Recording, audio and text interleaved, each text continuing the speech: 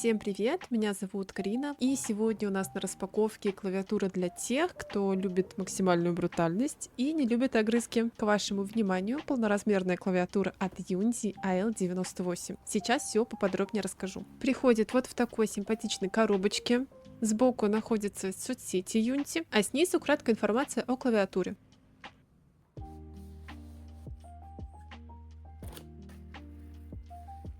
В комплекте нас встречает инструкция на разных языках, карточка с горячими клавишами.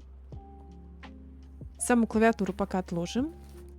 Под ней находим коробочку с аксессуарами, пузатенькую такую. В ней лежит набор дополнительных кейкапов, белый пулер, первый раз такой встречаю, ну чисто именем, да?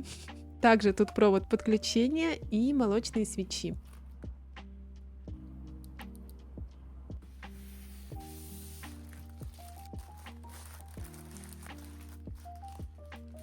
Вы посмотрите, какой насыщенный цвет, похож на клубничную глазурь, что ли. Хочется прям откусить кусочек. Сразу замечу, что клавиатура очень тяжеленькая. Ну, лично для меня, я просто дрыщ. Весит она чуть больше 2 килограмм. Корпус тут полностью из алюминия, выточен из цельного куска металла. И если присмотреться, то видны блестки. Я попытаюсь вам показать, но телефон не передает, насколько красиво все это выглядит. Также клавиатура есть в менее брутальном цвете, белом и черном. Но этот розовый просто идеальный. Хоть клавиатура и полноразмерная и включает цифровой блок, но она компактнее обычных благодаря более сжатому расположению клавиш. На задней панели все по стандарту. Находится переключатель 3 режимов и порт USB, непосредственно для подключения или зарядки. А вот снизу расположился такой необычный алюминиевый блок, наверное, так это можно назвать. Жаль, конечно, этого видеть не буду, но все равно очень прикольненько сделали. И тут же под этой крышечкой вот так интересно спрятан донгл для беспроводного подключения.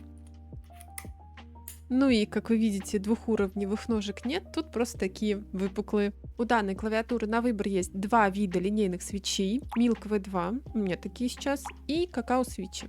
Кейкапы, конечно же, из ПБТ пластика с техникой двойного литья, устойчивы к стиранию символов и имеют профиль черри.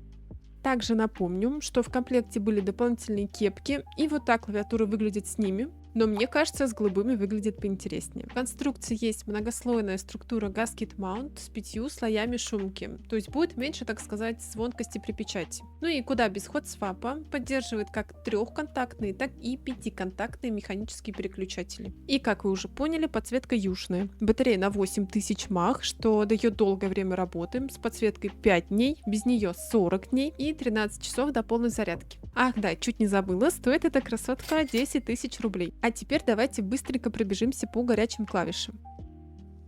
FN плюс Backspace, включение и выключение всей подсветки. FN плюс Slash, смена режимов. FN плюс Enter, смена цвета. FN плюс стрелочки вверх и вниз, яркость подсветки, а влево-вправо скорость подсветки. И подключиться по беспроводу FN плюс 4, а по Bluetooth FN плюс 1, 2, 3. Чтобы поменять режим логотипа, надо жмакнуть FN плюс Num. А поменять яркость FN плюс и минус. Но не те, что у намлока, а возле бэкспейса. Но, конечно же, все это удобнее настроить через VM. Думаю, каждый уже знает, как подключать. А если нет, то можно посмотреть вот тут. А теперь давайте послушаем, как звучит клавиатура и сравним ее с Yunzi AL65.